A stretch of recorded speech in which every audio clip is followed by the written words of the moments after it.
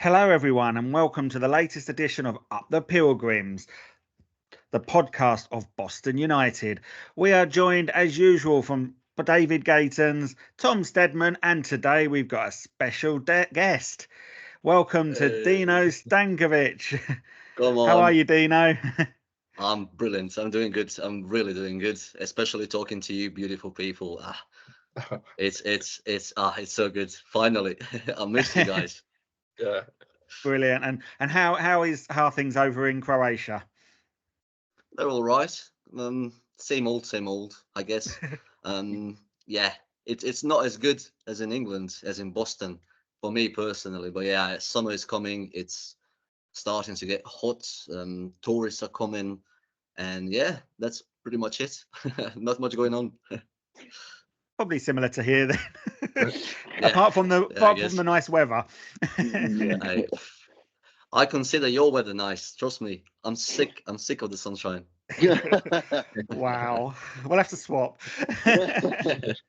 Well, thanks for joining us today anyway. Thank you for inviting me. That's It's okay, a no pleasure. It's a problem. pleasure. So I'm gonna start off because I think a question which all of us want to know, and we've also had Zach Rogers on the messaging as well. He wants to know is what attracted you to English non-league football and in particular Boston United? Yeah, I started following the Premier League. I think it was 2001, 2002, and yeah, I've been following it for maybe 10 years until like 2011 when I got curious about the lower leagues, Championship, League One, League Two, and I just loved the English tradition of football because, as everybody knows, like it started over there. And then I started discovering some clubs, like, for example, AFC Wimbledon, who was a fascinating club to me because it had sad history, but it had proper history. And as years went by and as I got older, I sort of got desensitized with the Premier League, with all the money coming in. And yeah, it wasn't the common people's sport anymore, if that makes sense. mm, It was just about the money and players not caring about the club, just playing for money. Football is played for the fans, and that's the way it was on day one, and that's the way it has to be all the time. And I started digging deeper, playing Football Manager. That's sort of how I how I understood everything and learned about the new clubs. And I wanted to go deeper and deeper and deeper. And 2 years ago, I wanted to do a Football Manager save in National League North. And yeah, I basically discovered Boston United. I actually started playing with Blythe first, but I got upset. I got upset with the board. As silly as it sounds, and I quit. And I saw that Boston United was offering. I was Their job was vacant, the manager job, the manager position. And I was like, yeah, I like Boston. I always like Boston, like the Boston in Massachusetts. I always liked the name, and it was just cool. And yeah, I was like, okay, that sounds good. Took over, and after maybe a long year, I got them to the Premier League. And before that happened, I discovered the Boston United supporters group on Facebook. And I started reading all the posts and seeing what the people were saying, what the people were doing for the club. And I was like, wow, this is what you want. This is a proper community club as it should be. Like the fans giving to the club giving to the fans, and from minute things such as the prices. For example, at the time it was £10 to go on away travel with the Busa, which was fantastic to me. It was wow. This is how it should be. Like you can't expect us. For example, my other team, my first team, is Arsenal. Their prices are insane. I don't know how people can afford that. It doesn't make any sense. And then when I started digging deeper, oh my days, it was yeah, the prices. It was adjusted for the supporters, for the common people. It's a common people sport. And when you look at all the clubs, they were all founded by common people. You know, like Arsenal was founded by factory workers who worked in a weapons factory, and all of a sudden it got. I'm gonna use the word stolen, if that makes sense. And it was a huge pleasure and a huge relief to me to find Boston United and similar clubs as well that never changed. They were here for the fans, and that's the way it should be. So Boston United is the perfect club for me. Boston United could play in the 11th division, as far as I care. I would love it because results come and go. It's the club that matters. It's the tradition. It's the principles of the club. The club is not the players. The club is not the coach. The club is the people that surround the club. And and when I came to Boston, by the way, which is a huge deal as well. And when I met you all people, and when I saw that you are so welcoming and so friendly and so happy to talk about the club, yeah, I knew I struck gold. And yeah, which is which is actually kind of convenient because you boys are wearing gold, So yeah, yeah. I was going to ask you about that because obviously you came last year to Boston, and what did you think of it then as a town and the club? And I mean, you didn't catch a home game, did you? You only caught some away No, no. games. Yeah, I two bet you away were games. gutted. Ah, it was all right. It was all right. I didn't mind. I should have watched the home match against Scunthorpe, but then it Oh got no. postponed because of the FA Cup, which is ironic. Like in one aspect, you want Boston United to win in the FA Cup. We beat Rochelle. You want Boston United to go a bit more further because of the finances. But then again, if they don't win, I can watch the whole match. So I was kind of in a dilemma. But yeah, it's all right. I don't mind. I don't mind. As a town, Boston, I loved it. It's a proper English town with proper people. I was never a fan of the huge cities like London, Birmingham, etc. I always liked, not only in England but in general, I always liked exploring the smaller towns because that's where you find the proper country, if that makes sense, the proper nation. And for me, like England isn't London, England is Boston. And in Boston, I met fantastic people. People were approaching me on the street, like recognizing me from the supporters group. Uh, some were even buying me pints in the pub, which was That's not bizarre to bad. me. Like I'm just a regular guy, I just love football. I love Boston United, and all of a sudden, like all these people want to know about me. I mean, the mere facts I'm sitting here, privileged and blessed to talk to you guys, says it all. Says it all. So yeah, fantastic town, fantastic people, fantastic club. Yeah, for me, 10 out of 10. 10 out of 10 for Brilliant. sure. Dino, quick one. Stedders here. Yeah. We Yeah, met over at Curzon Ashton on that away game, didn't we? I did a quick yeah, interview for you for the yeah, yeah, radio. By the way, guys, if you ever stand next to Dino at a football match, he is probably the most passionate and loudest guy I've ever heard in my life. I think we were 3-0 down and he was still shouting at them to come on, attack, give them a goal. We finally got a goal for him in the last minute as well with Michael Bostwick. yeah, Just netting over at Curzon Ashton. Not the greatest game for you, I'm afraid, for your debut, Dino. But yeah. what I That's loved all about right. it, that's all right. But what I loved about it was your passion and towards the Boston, and it just showed that it meant so much to you. I will Yeah. ask the question early on in this podcast. Is there any chance we might see Dino if we make the playoffs? Well, I'm actually coming to Boston on the 2nd of May.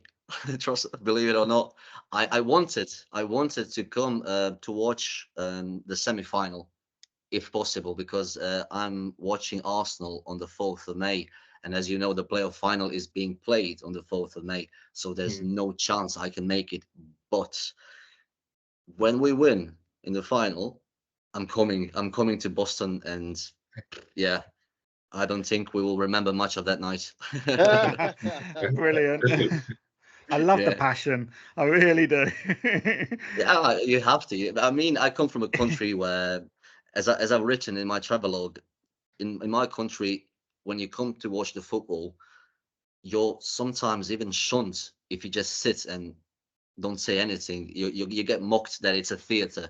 It's not a theater. It's a football. It's a sport. You need to support your team, and that's what I wanted. I wanted to omit my energy towards the players because I remember that match like it was yesterday. We started brilliantly. Like the first 20 minutes, they didn't know what to do. We put the press on them. We had everything besides the goal. And then they score a lucky goal, and I saw the players' heads drop, and then we could see another.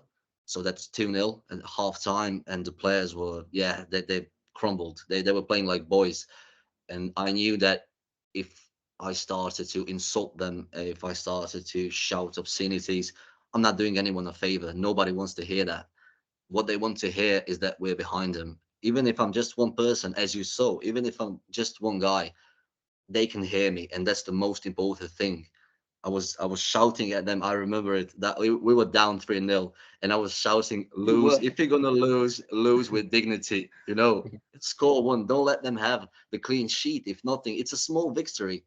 You need to like lower your standards. If you need to lower your standards. If we're gonna lose 3-0, we're not. We're gonna score one. We don't give them the clean sheet. So that's you never your head should never drop.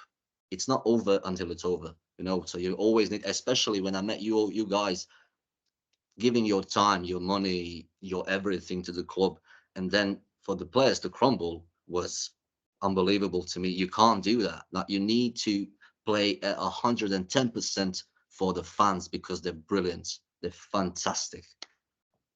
I know who I want in charge when Ian Culverhouse's time's up. Love it. Proven Premier Definitely. League winner, Damo. You never know. We could be going to the very top. You never know. You never know, yeah. Zach's asked another question, actually. How does the Croatian non-league system compare to the English system? Do they hold or Yes. attract the same caliber of players and supporters? Yes, I've got a few notes I've also prepared. So yeah, I got a few stats. So bear with me. So the National League North has an average attendance of 1,226.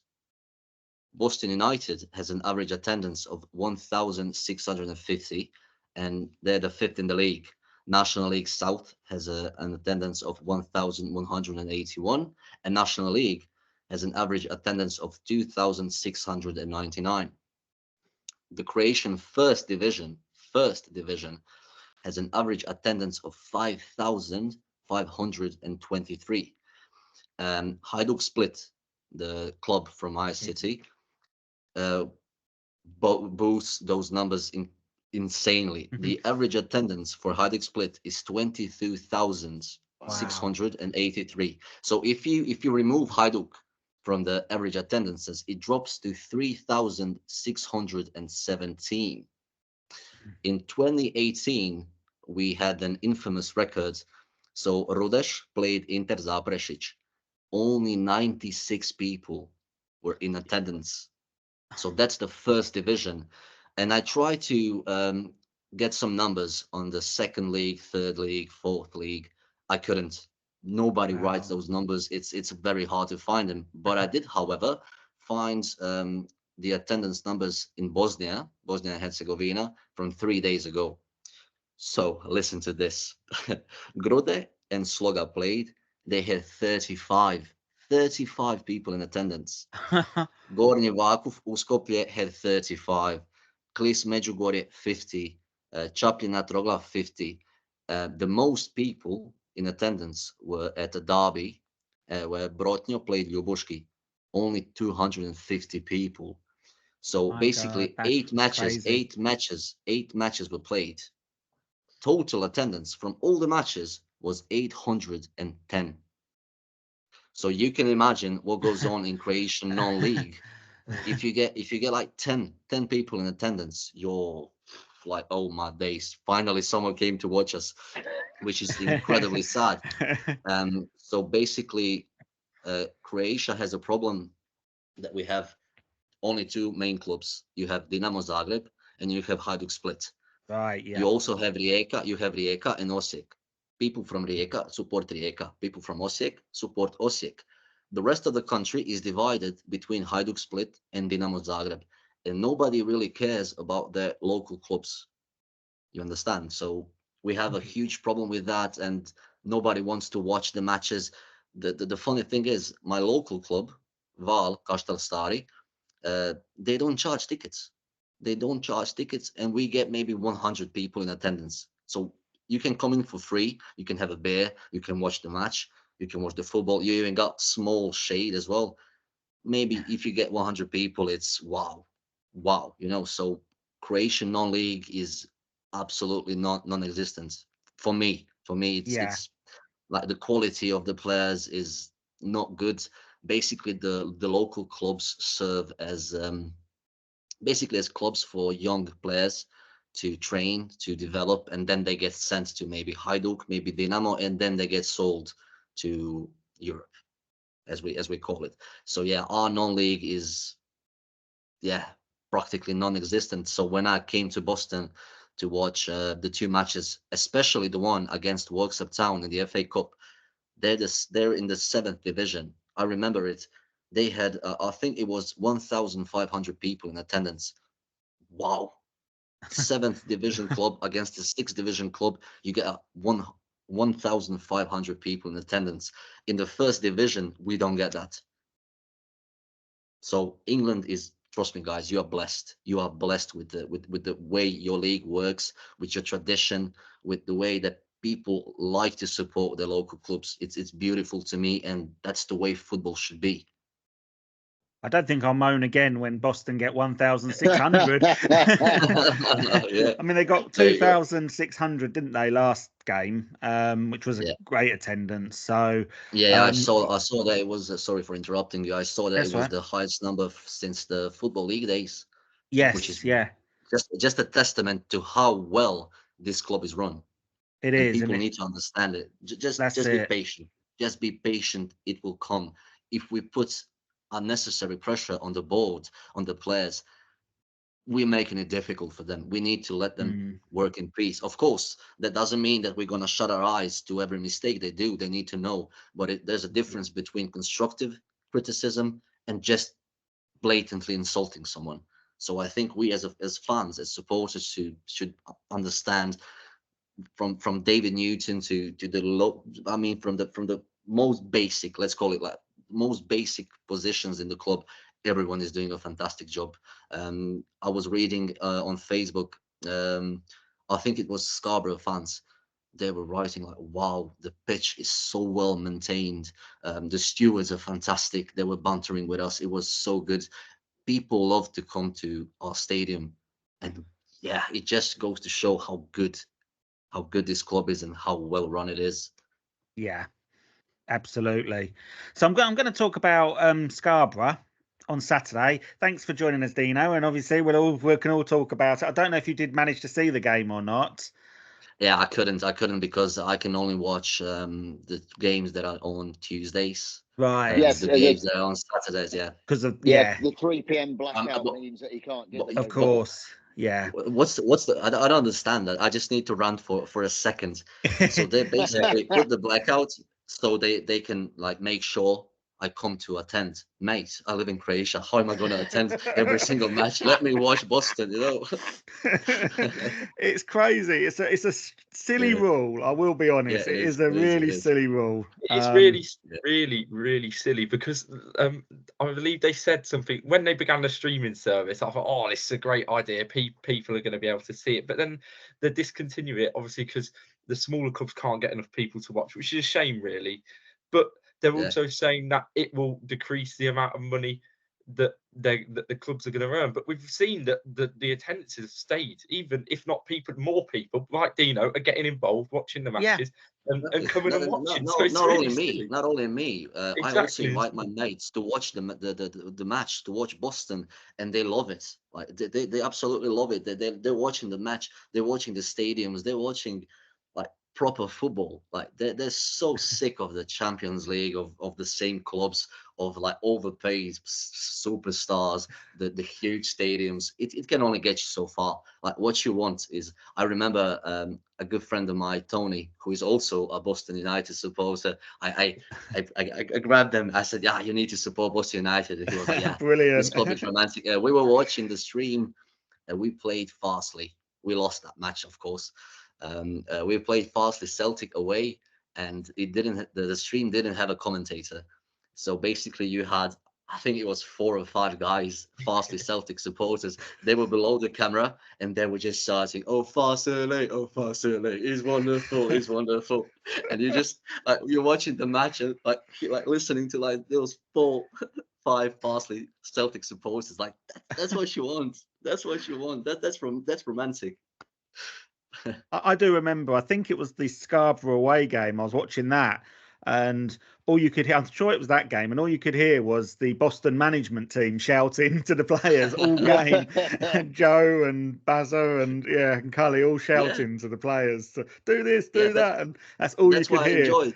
That's why I Yeah, enjoyed lockdown football because I mean it was sad that no supporters were in attendance, but you could hear what the players were saying, what the yes, players were shouting, what the management was shouting. It gave you a huge like this other perspective, this new dimension of how football is played, which is fantastic. Like you need that. You need that. you do. Just, No, you're definitely right. Come on. just before we go on to the Scarborough game, Dino, just a quick question. Yes. How has it been perceived? Your mates must think you're completely bonkers following a team from Lincolnshire in the UK. But obviously, you're spreading that around over there in Croatia as well, Yeah. which is only fantastic. But yeah, what's the local perception of it when you say to them that I support a little team from Lincolnshire? Well, I think they're used to it by now, but I remember, I think it was 3 years ago or 4. I like collecting football shirts, and I bought a Port Vale shirt because I love the design. Robbie Williams co-designed the shirt, so it was, and I love Robbie Williams, of course. And I was wearing it, and guys were like, "What's that? What is that? What is that badge?" I was like, "Yeah, it's Port Vale. They're in the fourth, the division." Oh my days, you're mad. Can't you support a normal club like Real Madrid or something? I was like, no, why? Come on. And basically, yeah, the people got used to it. And to the point where people come to me when they see me wearing the shirt, or maybe not even wearing the shirt. How is that team? What were they called? Was it Birmingham? What was it? And I was like, no, Boston United. Ah, yes, Boston United. So yeah, they understand, and sometimes I even show them the clips and the matches and everything, and they're like, okay, because the common misconception is that the football is really bad, is there's no quality. There really is. If anyone tells me, yeah, it's not that good, the quality, blah blah blah, I just show them the Keziah Martin goal against the Blythe Spartans, mate. Mate, that could be well scored in the Premier League as well. So yeah, it's the quality is there. The quality is there. Yeah, you just need to open your heart and your hands and your everything and just yes, let me just give a chance to this. Not have any stereotypes, which don't make sense. There's good football to be played. I mean, we all watched Dylan Hill, mate. Like happy feet. He was dancing on the field. He was so nice to watch. So yeah, there you go. He is. No, totally get you. I love the passion. I really do like the passion you've got. So, Scarborough, um, it was a good hand in row, the player of the year, wasn't it? I think that was about the highlights of the afternoon, wasn't it?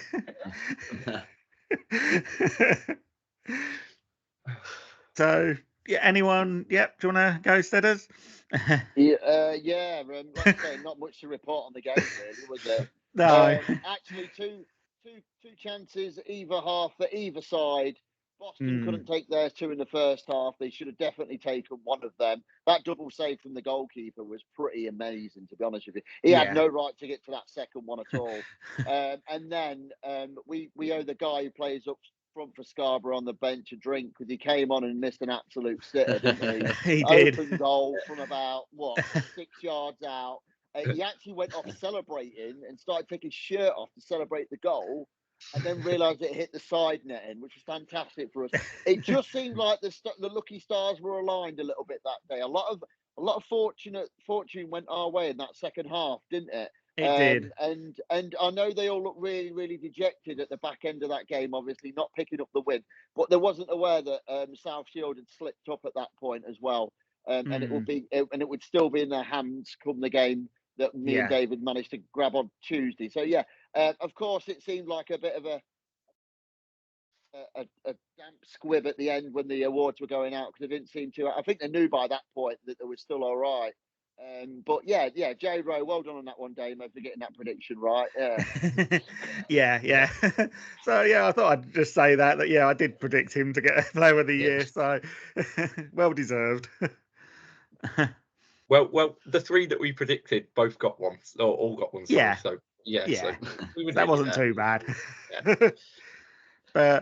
And a shout out to the Scarborough fans as well, though, because they were fantastic, weren't they? They all dressed up and all came different costumes and were absolutely fantastic on the day. Really, no problems with in the party spirit, and it was a good afternoon. I have to say, I watched the vlog of a Scarborough fan on YouTube, and I have to say I absolutely love the pig. The pig was fantastic, like jumping up and down. Yes. It was fun. And I never knew actually that there's that tradition where you dress up, and I was like, whoa, what's this? And you would never ever see that in Croatia, never ever in a million years. So when I saw that, how it's in good spirit. It's in good spirit. It is. We all just, at the end of the day, we watch the football to have fun. That's it. But that's it. Yeah. So we got a point there, and then on to Tuesday, went away to Banbury, got the game played, and David, what did you think of it? Yeah, well, we were. It was like the Scarborough game before. The chances that we had, we probably should have scored more or took at least one of them, as Mooney and Knowles have been on fire this sort of recently. But it's sort of, they're having a bit of a lull now. Hopefully they get it back when we get in the playoffs. Yeah, but it was. They weren't that good. That you could tell they were a side that had gone down, to be honest. But the way we kept playing our stuff, especially on that horrible bobbly pitch. Kept playing our stuff, moving them about, and one of the chances just fell to Dylan Hill, where he just took it inside and a lovely finish back the way he came, wrong foot the goalkeeper, and that ended to be the gap between the two teams. Do you think it was offside? Well, I think Mooney was definitely in the way, but I think he jumped over the ball, and I'm not too sure on the rules, to be honest. Yeah, I think it's 50-50. Like, you can't be upset that it wasn't disallowed, but you also shouldn't be upset that if it got disallowed, you also couldn't be upset. It's a 50-50 because there's a rule that it doesn't matter if you jump over the ball, if you don't touch the ball, if you're in the eye line, in the eyesight of the goalkeeper, if you're standing in the way, basically, it should be offside. So when we scored, I started celebrating, and then I was like, oh no, it's offside. And then I was like, no, it's a goal. And then I saw the players actually turn to the linesman, and they looked over. They weren't sure as well.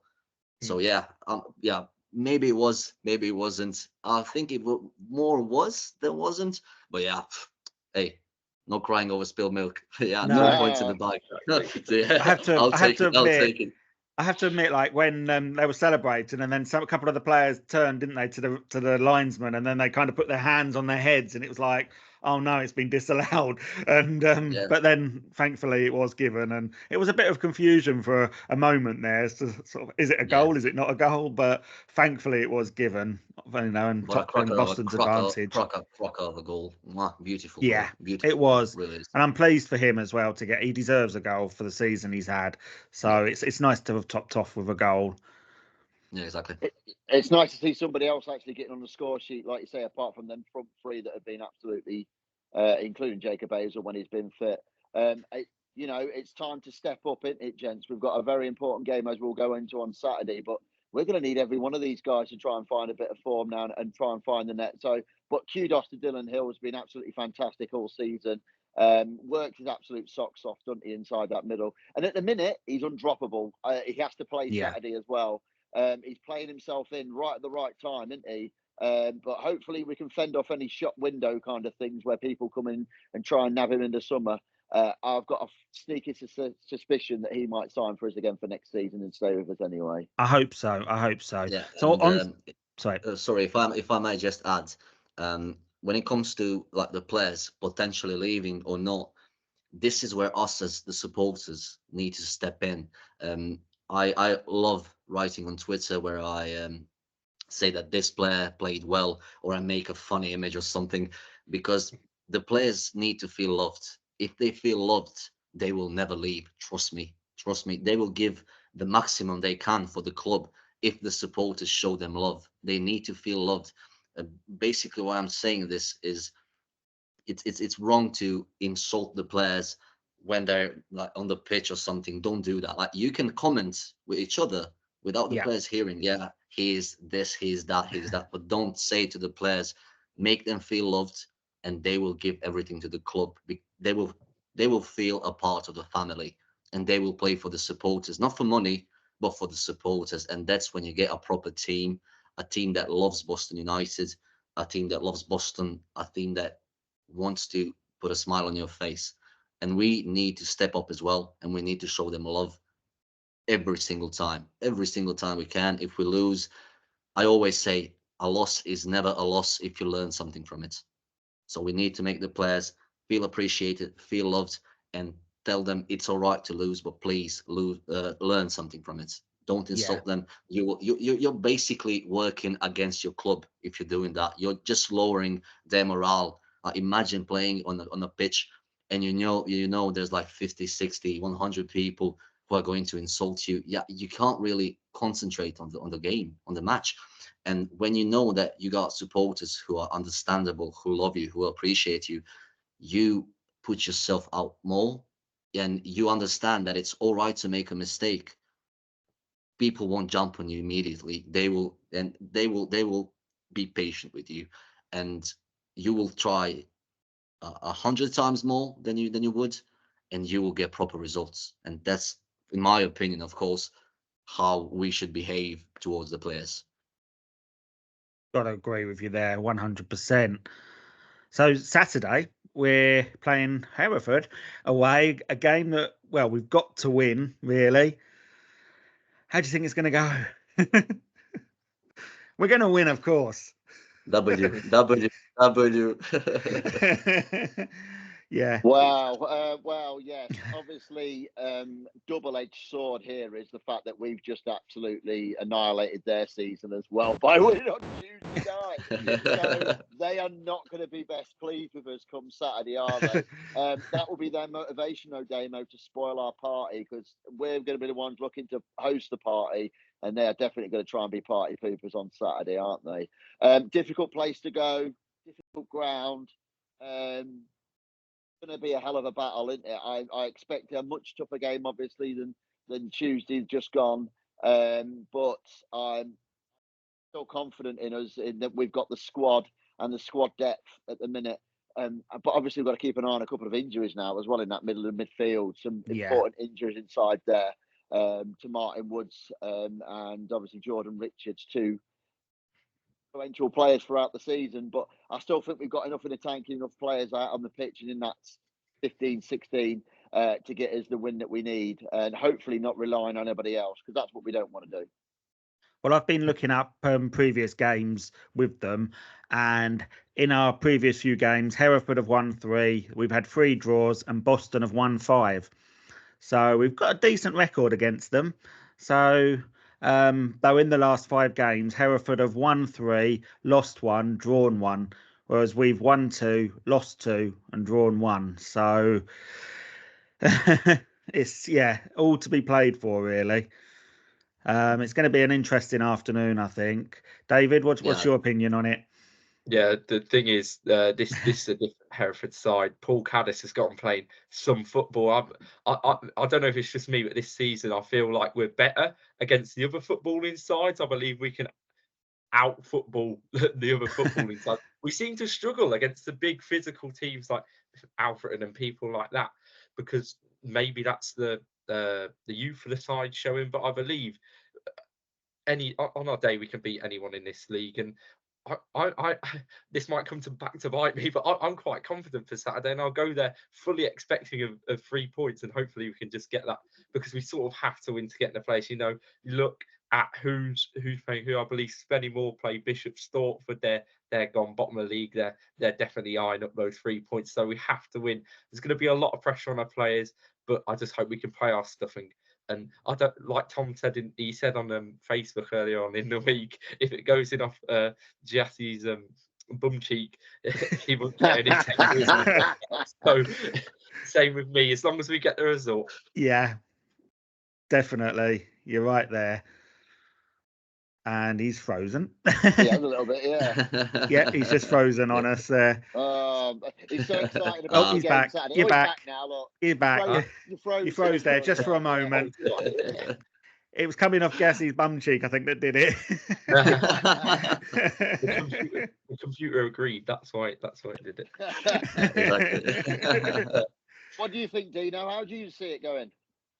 I think that of course I have to believe. I have to believe, because if we don't believe, then the players also lower their belief. So yeah, we have to believe in the players. The most important thing, and I liked what David said, that we struggle about against physical teams. One of those matches, so basically I only watched 2 matches live, and one of those matches was against Works of Town. They had a big centre forward, and they basically forced us to play their game. I think it's important that we stick to our game. We don't play the opposing team's game. And the one thing that irks me the most about Boston United when I watch them is when we decide to just hoof the ball. To me, it doesn't make any sense. We give away possession, valuable possession.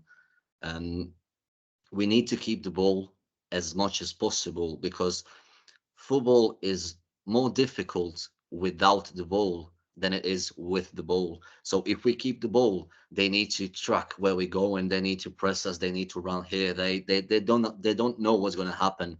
And when we kick the ball over the back line, maybe, or to our wingers, yeah, chances are like maybe 10%, 15 of success. And the one thing as well I would like to say about the famous hoofball or route one is that it's extremely unreliable. Football is about predicting. You need to predict how the opposing team will play. You need to predict where your teammates will be. You need to know where your left winger is without even watching. And when you hoof the ball, when you just kick it, you can't really predict what's going to happen. It can go forward, backwards, left, right. And even more importantly, you can't train it. You can't do it in training. You can't set up a pattern. So we need to understand that we play, in my opinion, we play a lot better with the ball on the ground. And that's what happened at Worksop, actually. We were just playing their game, kicking the ball, keeping the ball in the air. But when we settled down, we kept the ball on the ground, we started scoring. Unfortunately, we lost, but yeah, we started scoring, and our game improved so much. So yeah, I just hope we're not gonna fall in the trap. That's what happened against Banbury as well. Towards the end of the match, we just started kicking the ball with basically no point. There wasn't any point. We were kicking the ball, but basically towards the corner flag, just giving Banbury possession. Why? We need the ball. We must love the ball. You want to keep it at your feet. So I just hope that on Saturday we don't fall into that trap. We just keep the ball at our feet. Trust our midfield. Trust our defense. Trust Big Khan as well. He's a fantastic goalkeeper. Trust our strikers. Keep the ball at our feet. Understand where we are, and believe in the team. Believe in the supporters. Believe in the team. Believe that you and your teammates can do something to score. Basically, just believe. That's it. Believe. I think we're all going for a Boston win, aren't we? Yeah. Definitely. So should we have a quick look at the National League North then at the moment and see what's happening in that? Because Tamworth, well, they finished off their season at home. They beat South Shields 3-2. Just a quick shout out as well to South Shields for their supporters that were in that terrible accident on Saturday evening. So, obviously we do wish them all the very best and hope they recover quickly and get back to supporting their club, because you don't, want to see that to any team really, and supporters, you should go home straight from a game. So a shout out to them. Yeah. Definitely.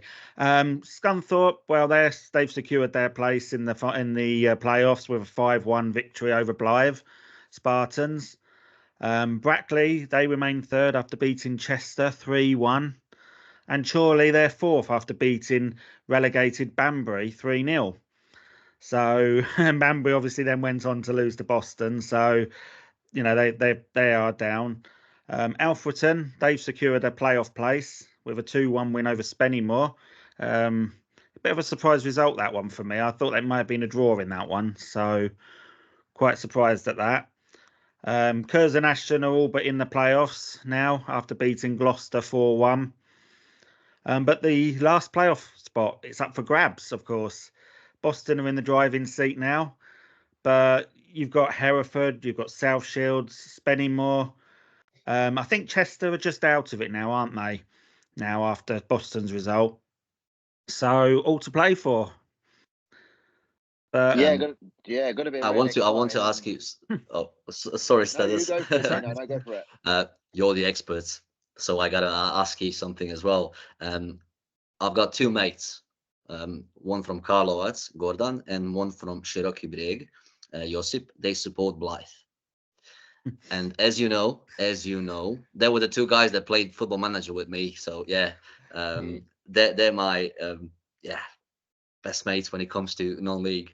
And yeah, they support Blythe, and they're in a very difficult position. They play Chorley, and they're on level points, I think, with who's 20th. They're 19, isn't it? Farsley. Yeah, exactly. Yeah. Farsley. What do you guys think? Is Blythe going to go down, or will they make it? I think Farsley myself. I think Farsley Celtic are going to be relegated. They seem to be on a bit of a bad run at the moment, which they just can't seem to get out of. In my opinion, I think they'll be the ones that will go down. They will love to hear that. The only issue is with Farsley. Yeah, me and David know this league quite well. The only issue with Farsley is they always get out of it. Last day, last minute, last kick. They played Boston on the last day of the season, didn't they? And they lost the game and still managed to survive. Alfred scored a goal in the 90+5. It was mental. Farsley are absolutely renowned for getting out of these situations. I'm not too sure on this one. I'm hoping for Dino's mates and for Blythe that they get out. They stay up, actually, because I actually think that they were one of the best supported sides that we visited this season as well. When we went away to there, they were very loud, very vocal, tiny little setup. I'm actually quite surprised they're down there right now. They've gone on a right barren run, like you say, Damo, towards the back end of the season, which sees them down there. But yeah, it's a toss-up. I really can't. It's a 50-50. It's a flick of a coin, this one. I don't know what David thinks. Yeah, I think I'm going to have to upset your mates, Dino, because by the looks of it, it's a hard game for Blythe. I don't see him getting anything out of that Brackley Town game. They're going to have to get something there, and I just think Brackley would beat us. They were too good for us, so I think they'll be too good for them. And they just sort of fell unlucky with that fixture right at the end. Yeah, I agree. Anything can happen. True. So I'm just having a look. So I'm just having a look. Farsley have got Buxton. So it's not going to be easy for Farsley, though. Buxton are doing well and getting good results this season. So I need to tell you guys just a story. When you mentioned the Blythe supporters, when we played Blythe away, which finished 2-2, I was in Zagreb. I was with the Arsenal Supporters Club. We had an annual meetup where we come from all over the country, maybe even some neighboring countries as well, and we watch Arsenal on the telly. As silly as it sounds, it's brilliant. We all get together, and because both Josip and Gordon, they're also Arsenal fans, we decided, because the Arsenal match was played on the same day Blythe and Boston played, we decided that we need to follow the match. We couldn't watch it because it was a Saturday match, but then we were at it's called Cafe Bar Music, and the owner is a legend. And I basically told him, please, mate, could we follow the match with just listen to the radio commentary? And he was like, yeah, okay, no problem. How do you want it? And basically what happened, he connected the radio commentary to the speakers around the bar. So in the middle of Zagreb, people would enter the bar and they would be like, "Whoa, what's this? What's this? Why is this guy shouting?" And like, imagine that. That's so good. That's so good. Like Boston United versus Blythe Spartans on the speakers in the bar because we can't watch it, so we at least listen to it. That's football, Brilliant. you know. That's brilliant. Yeah. That is fantastic. Yeah, brilliant. Yeah, and I was ready to banter them, but yeah, unfortunately, 2-2. What can you do? Oh, we're getting more and more fans for Boston. That's what we need. Right. Well, that's about it, actually. So, thank you very much, Dino. It's been an absolute pleasure. Thanks again, Stedders. Thanks again, David. And yes, good luck to Boston on Saturday against Hereford. Let's hope they can get the victory we need. And next week we'll be talking about the playoffs. Fingers crossed. Yeah. Cheers, see. Dino. Thanks a lot.